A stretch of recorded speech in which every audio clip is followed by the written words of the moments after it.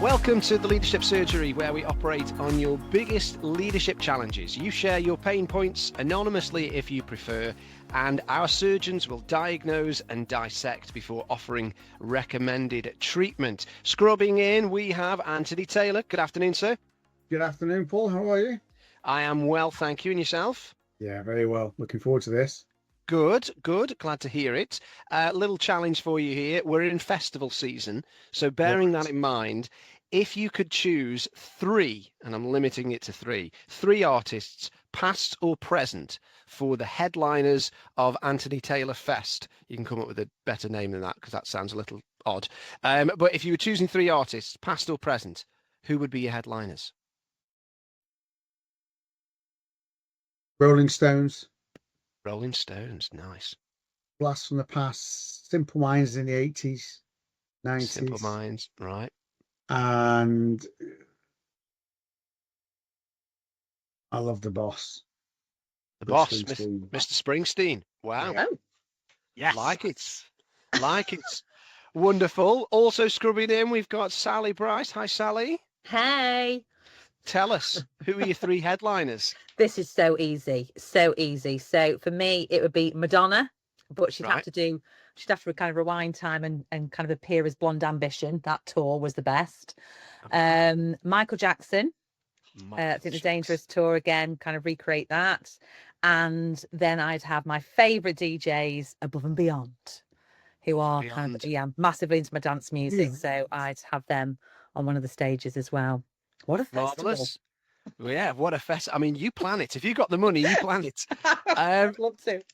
Dan Finn also scrubbing in. Dan, who are your three headliners? Oh, I feel like there's definitely some synergy between us here because I'm a huge Springsteen fan as well. So I would have Springsteen definitely headlining. Never seen him multiple times. How many times have you seen him? I'm 20 plus now. Shut up. Really? Yeah. Wow. But That's got to be a mortgage. probably over the years, yeah. But never seen him before sort of 2003 era. So I would have loved to have seen him in like Born in the USA tour, like late 80s. That would have been. So that kind of era. I've got Michael Jackson on there as well. Oh, because imagine seeing Michael Jackson in his prime. Amazing. And then I've put Elvis down because just the performer in his prime, I think to have seen that would have been awesome. So those are my three: Springsteen, MJ, and Elvis. Love them. Love that. I'm also going to choose Michael Jackson because Michael Jackson Dangerous tour for me, grew up with that music, and I, like you've said, think it's pinnacle. I'm also going to pick someone that I haven't seen actually, but I really want to see, and I should have bought tickets earlier this year and didn't, and that's Sam Fender. I love Sam Fender, who some say is like the British Springsteen. So I'd love to see Sam Fender. And then the other slightly left field choice is Hans Zimmer, the composer, who got the privilege to hear his orchestra, and man alive, absolutely amazing. Absolutely amazing. So they sound like... Sorry, I was going to say I'm seeing him later in this year, so I'm very much looking forward to it based on what you said. You should. Absolutely fantastic. So in terms of topic today and what we're talking about, last time out, we were admitting patient Becky and hearing from her she was saying about her fast-growing small business that she loves. And in particular, she told us about one of her team members, Leo, not their real name, who is talented but takes a few liberties. That's what she said.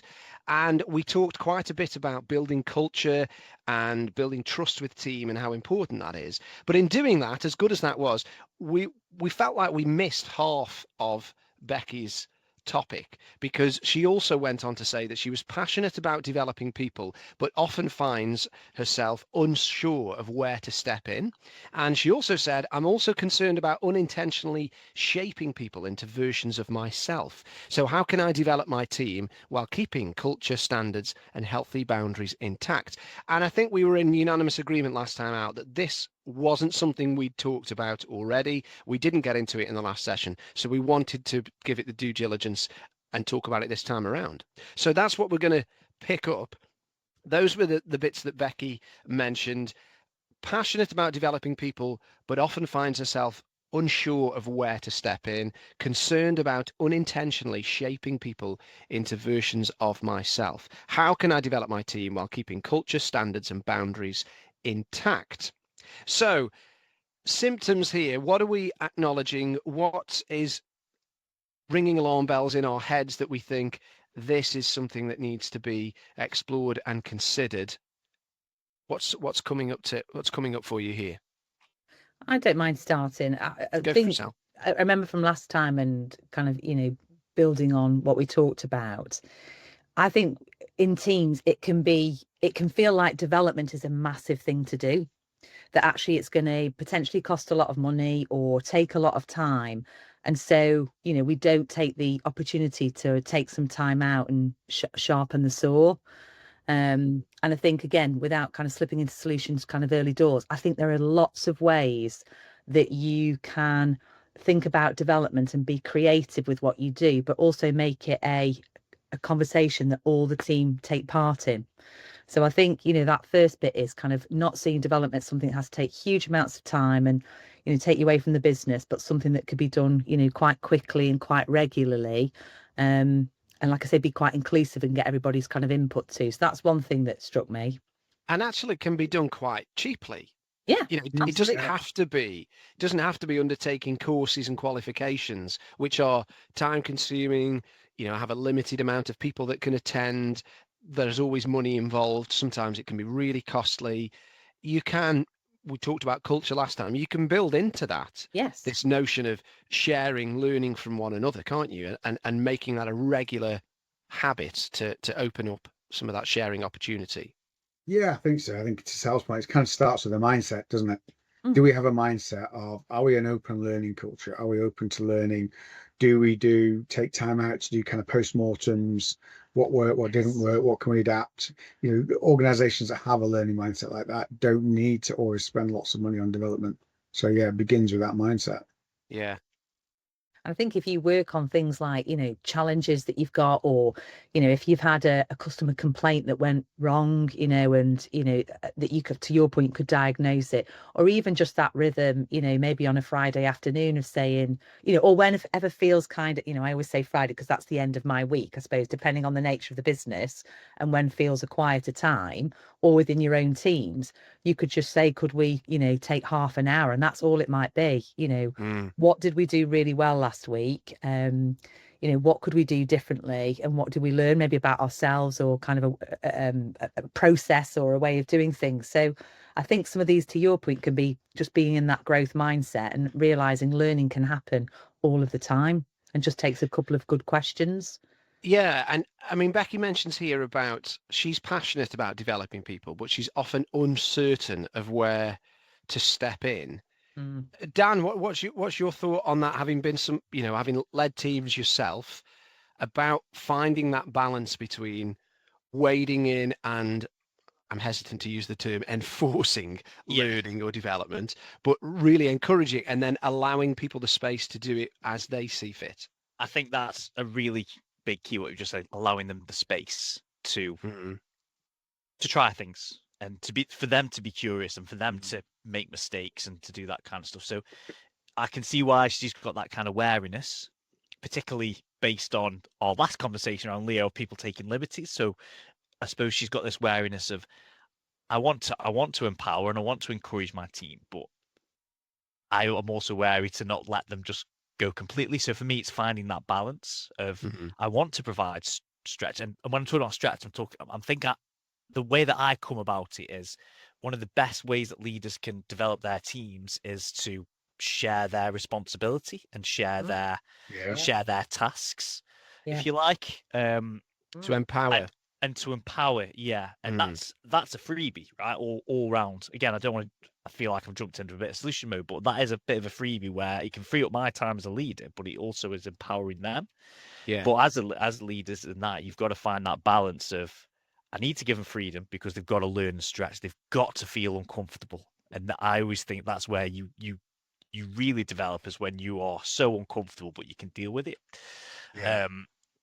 And it's giving them the stretch and that freedom, but also keeping an eye on them without the micromanagement. So it's a really tough balance for me. Yeah. So I think it's about finding that balance in that bit. But it's a freebie. That is.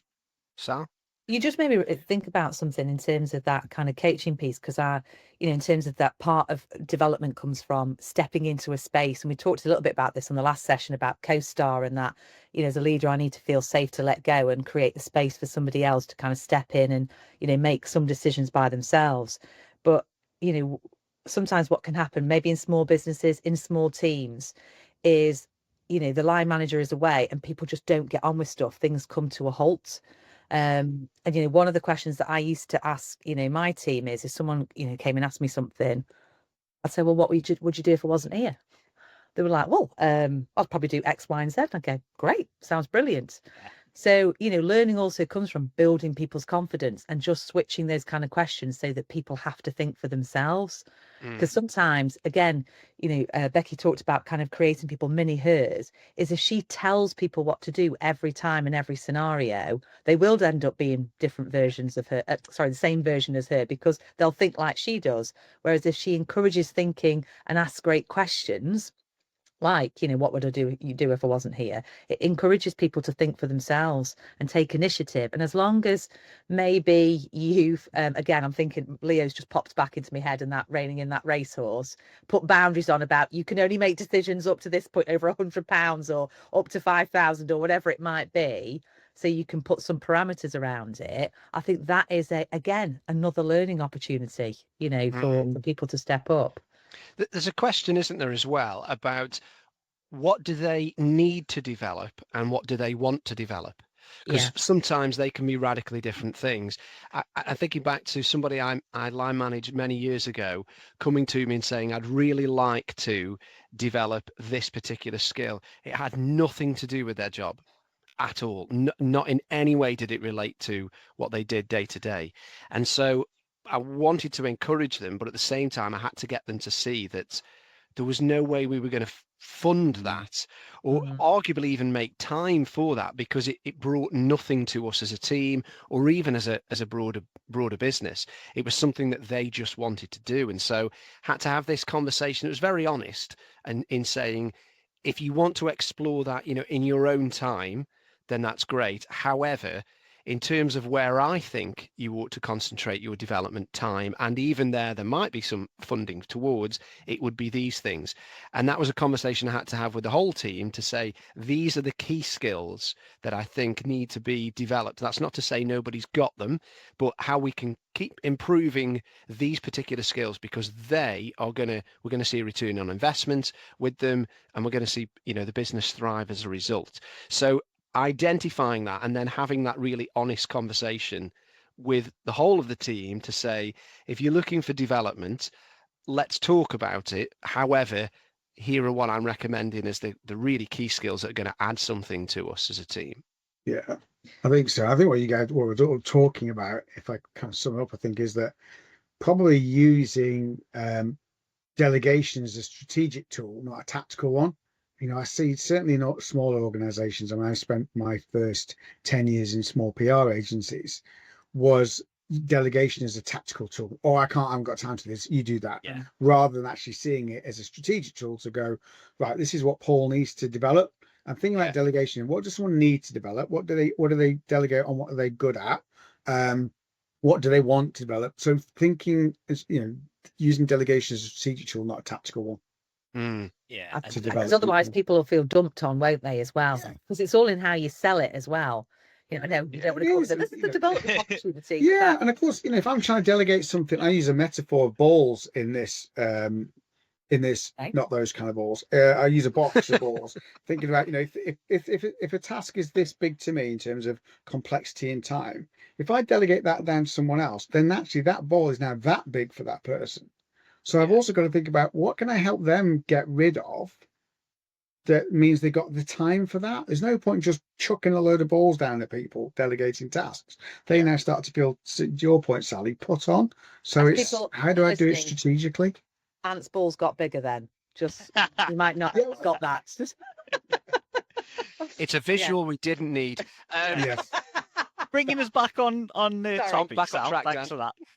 This is where Becky needs to be clever as well, and actually from her side, I think she can tackle a few different things here. So she can tackle the mini me's issue of, she needs to be self-aware a little bit, which sounds like she is because she's already talking about it, but self-aware and also aware of the people around her to say, I want to help and I want to help you develop, but I don't want you to become me. And actually calling that out right at the beginning. And just having that open and honest conversation. And then when it comes to the delegating, like I said, I'm a true believer in if you can take a step back and empower that way, it is really powerful. But it's not just delegating the task, it's delegating the responsibility. And it's that Becky then needs to, if you're making that decision with this particular person and to give them this growth, you've got to be prepared to give a lot of the responsibility as well. Yeah. So, sorry, go on, Dan. Sorry, I was just getting, and then back to your another point was, if you know your team, you know what's best to delegate and what kind of responsibility as well. So if you're already having these like coaching style conversations, you said, Sally. So if you're already having these and you know about your team, you know that they want to develop in this area, or you know they want to go take this career path, this whole activity becomes a lot easier. So yeah, a couple of points in there around it's delegating responsibility, but it's also knowing your team and being aware of where they want to progress. Yeah. Okay. Go on, Sal. Do you know the other thing that was kind of going through my mind as well is because Leo is talked about a lot in this analogy, and Becky might be giving her full attention to the other people in the team, but what I notice sometimes when somebody is taking a lot of people's time or thoughts, their energy is going into them, and I wonder how the rest of the team are feeling. Good shout. And whether they're feeling a bit neglected, or again, we talked a little bit about feedback in the last session, but are people talking behind Leo's back? Are people having those corridor conversations in the kitchens about, oh God, all Becky talks about is Leo, and or like, we could do with some attention. I just wonder or worry that when people take a lot of ours, it's that Pareto rule, isn't it? 20% of our people are giving us 80% of our problems, and Leo maybe, and we don't know if it's good and bad, but the inference is that maybe he's causing a couple of problems, but also Becky could be directing too much energy into him. So Becky highlighted in her statement, passionate about developing people, unsure of where to step in, but also concerned about unintentionally shaping into the mini-me's, as we said, versions of herself. So what are we recommending as treatment here? What does she do about this sort of thing? What actions do you think need to be taken? I mean, one thing I'll throw into the mix straight away, which I alluded to earlier, I think, is having some sort of skills matrix across your team is going to be really beneficial to be able to identify. And that's not something that you keep private. It's something that you discuss with each team member of how they are progressing or where they need to develop further, and making that specific to skills that align with the job that they're asked to do. I think that's going to be really helpful to have that sort of thing. And a lot of people have that. I know lots of leaders do that already, but equally I've met lots of leaders who've never done that before. And I think that helps the transparency. And it helps to build the relationship between you and other individuals by highlighting this is what we need more of. So develop in those areas, and whether it's more opportunity, it might mean earning more money. It could mean all sorts of things, right? But as long as the transparency is there, I think that can help. So what else would you think of recommended treatments? Ant, what's coming to mind for you? I think for me, it's that coaching mindset. Don't assume from Becky's point of view that just because she's done it her way, that's got to be always the same. Taking that coaching approach to Sal's, but asking those questions, constructively challenging people, and looking at how they can collectively learn as well from successful and unsuccessful projects or whatever.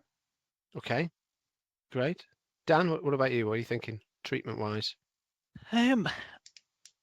It's a tricky one because I think I've kind of covered a little bit about what we can do to help with the developing, but I think the bit around the rest of the team that might feel a bit uneasy is, for me, would be little moments of feedback for them, little moments of, And I don't mean, when I say moments for you, I don't mean like chucking loads of money or, free pizza Friday. I mean like calling out when you see something good, going back to your puppy from last episode. And, it's and I've just seen you in that meeting and you absolutely smashed this. You did a great job. The effect of this is we've now moved forward in the conversation or wherever it may be. I loved it. Thanks very much for your work. It's little Thanks, things Dan. like that. Yeah. I had again. I had there's a lady who I used to work for, and she had no idea what I was doing on a day-to-day basis. It was very sort of junior level role, but at the end of every week, she would say to everybody in her team, "Thank you so much for your hard work this week. Really makes a difference." Little nuggets of feedback and encouragement. And like I say, she didn't know what I was up to. She probably wasn't close enough to the detail, but she knew that I was working hard. And that was enough. And that little bit of feedback at the end of each week was enough for me as well. So it's little things like that you can do to steer your team back and just give them a bit of love as well. So if they are feeling that, to Sally's point that she made earlier, I think that's a nice little thing to do as well. Okay. Sorry, bit more than I wanted to say, but there you go. That's all right. Sal? Just building on that, and don't underestimate the thank yous and the hellos and all those little things, because interestingly, I met my bestie on Monday and we did a walk, and basically, she ranted for the whole time about managers not doing those basics and how much it affected her. She was so angry about just being polite and how that's gone out the window and the impact it has. So I think we kind of make those comments about say thank you or say hello like they're taken for granted, and we don't realize or we potentially underestimate the impact of them. So I think it's a really good shout, just making that effort to say thank you. I think my solution goes back to maybe something that kind of started to talk about at the beginning of the conversation about development not being a big thing. I think whether you're a small team or a small business, finding those windows of opportunity, and it could be, like I say, that your quieter time is on a Friday afternoon and you use that to do that reflection, some of the questions that we talked about earlier. It could be that you find an opportunity to have lunch together. You've got kind of lunch and learns in some of the organizations you work in. Again, let's have lunch together. Let's talk about some stuff. Or you might choose like I say, either a customer complaint or something that's kind of causing you some problems as a business, as a team, and use the opportunity to brainstorm and collaborate and share, because a lot of energy will come from those conversations as well. So I think just starting small and starting with lots of different ideas and just seeing what works.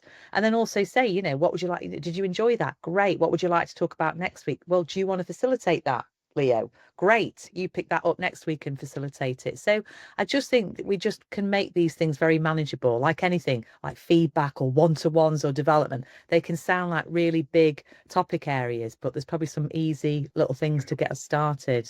Yeah.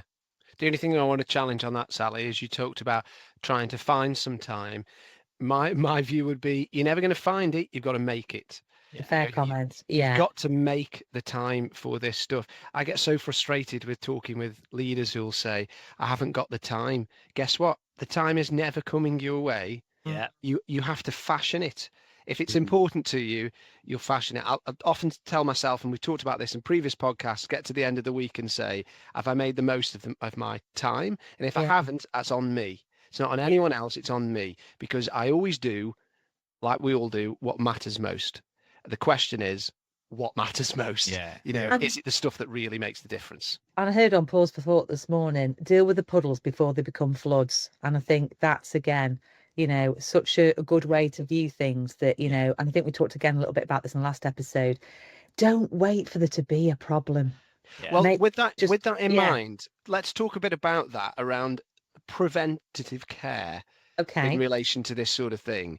How does Becky avoid getting much further down the road, or anyone else listening, getting further down the road in their life, career, business, and then realizing, to your point, just Sal, I've got a flood here. It's not a puddle anymore.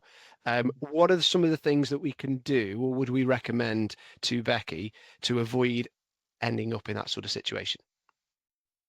If it's uncomfortable, deal with it right there and then. Okay.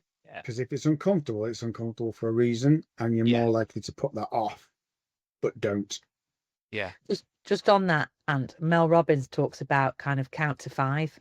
That if you're ever Yes. hesitant about something, and you like, when I'm sat in bed thinking, do I go for the gym? I go 1, 2, 3, 4, and I have to get up before 5. Same She with an talks about counting down though, doesn't she, Sal? It's got to be 5, 4, 3, 2, 1. You might be right, yes, but Because it's the countdown like a space shuttle.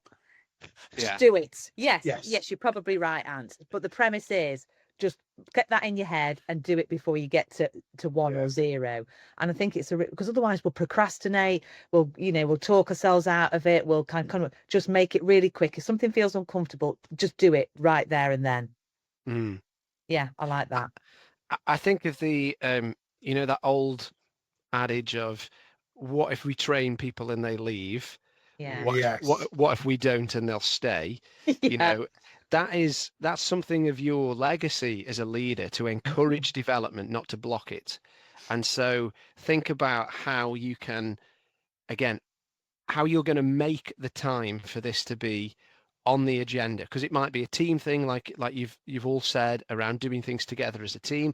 It might be individual with each person, where you're just asking 1 or 2 of those coaching style questions to say, what's been going on of late? Where do you think you've grown in the last month? Or encouraging them to take away and reflect for themselves. Anything like that, I think, is really key, and it's building into the culture this notion of, let's keep growing, keep developing, and keep celebrating when we recognize where we have grown and where we have developed as well.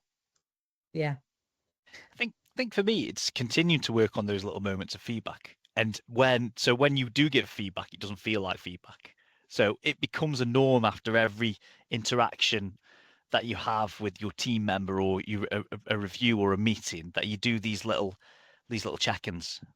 And it becomes the norm that they then start to ask you about those little check-ins, because they realize that they're growing because of it. And so when it gets to, I mean, whether they've got this in a small business, but when it comes to like performance review times, those aren't big conversations anymore. It's just a chat. It's just a chat. And again, I think we've probably said this on every podcast so far, but know your team, know what drives them, know where and it's just about building connection. Yeah. And how we just spoke about how you do that, like these coaching style questions, these open questions around just getting to know them and getting to know what drives them and where they want to be and what they want to achieve. You learn so much from your team, and it just helps everything then. And you can also, a bit like, what we said about development, you can feel like getting to know your team again is just going to take loads of time, but there's so many windows of opportunity, again, depending on what the business is. It could be you're traveling to see a customer together, could be you're making a coffee together, it could be you're walking from one site to the next. There's so many moments where you can ask questions, and I think that's the really important thing. If you want to kind of develop people and kind of build their confidence and get them doing the things that they should be, asking them lots of questions so they go, oh yeah, or I think I need to do this, or yes, those kind of things will get them thinking. So it means that when you're not around, or kind of, because you won't be able to be all of the time, things will happen, and the wheels will keep going, and people will keep doing stuff because you've built their confidence over time. But make use of those opportunities that are presented in all our everyday lives, rather than not having those moments of engagement. Just so important. Absolutely. I think it's a great point, Sal. Interestingly, an idea that came up, I was with a client yesterday, and we were talking about giving and receiving feedback and how you could do it in the moment, and very much this kind of stuff. And one thing they came up with was actually in their onboarding process, why aren't they using that opportunity to get from somebody a whole bunch of those kind of questions that give insight into their team and what motivates them, and and all that kind of stuff. And they for them, they're like kind of going, actually, we're missing a valuable opportunity here for me as a manager to find out some of these questions right from the get-go that makes people feel actually they've taken the time to get to know me in that onboarding process, not as a kind of, well, actually maybe later on down the line. It's a genuine kind of authentic activity rather than a tick box. And I think also we should be, if you think about the definition, most definitions of high performing teams, it talks about mutual accountability. Because I think one thing we haven't touched on is this isn't all down to Becky. If she role models a lot of this stuff and talks to people in their one-to-ones, I would want people to be talking to each other and challenging each other and asking each other questions. And it's not all on Becky. You know, again, particularly if there's any problems, etc., they're not all coming to her to say, can you have a word with Leo, and he hasn't done this. You know, it's that opportunity to push back. So I think if you're kind of starting at that point when people join you and asking questions and being curious and wanting to know them, hopefully that will create that culture of we all should do this with each other. You know, and that's where Becky. Yeah. Sorry, go on, Sal.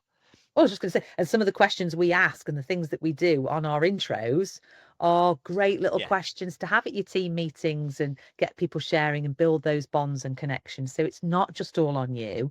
You create all this, you know, get all that oxytocin going when you're together and build those bonds, you know. Yeah. And I was just going to say, this comes back to Becky and how she wants to lead as well. So I know we've kind of come right full circle, but if she's got curious team members asking questions and challenge, she's ultimately in the position of power. What does she do with that? So does she decide that, no, it's my way, and I'm going to listen to you, but I'm not going to take it all on? Or does she come down and say, we're in this together, I'm going to take I'm going to take everything that you're saying, and I don't know the answers, so I'm going to take this from you, and we're going to build it together. So that idea of connection and everybody together, that's Becky's choice as well. Yeah. The top is my view, because she could go either way. I think from the way that she's explained the scenario, she wants to be open and have this collaborative team style. But there's a lot of leaders who don't. They say they are, and then it's still, I've listened to what you said, but we're going to do it my way anyway. Yeah. So. Absolutely. Well, I think we're about at time. But thank you all for thoughts, contributions in that, and thank you, Becky, for submitting the challenge and the honesty and authenticity with which you share that. I hope this has been of use to you and to everyone else that's listening. Please do like and subscribe. We would love to build our regular listenership, and we'd love to hear from you as well. So you can leave comments. However you're listening to the podcast, we'd love to hear from you. Tell your friends and invite them to come and have a listen and get them to share their feedback and to like and subscribe too. Tell everyone. And if you would like to submit one of your leadership challenges, please do so. We would love to hear from you. You can email us TheLeadershipSurgery@gmail.com, and we will happily sink our teeth into the challenge that you are wishing to explore. But thank you all once again. Look forward to another episode coming very soon. Take care, all.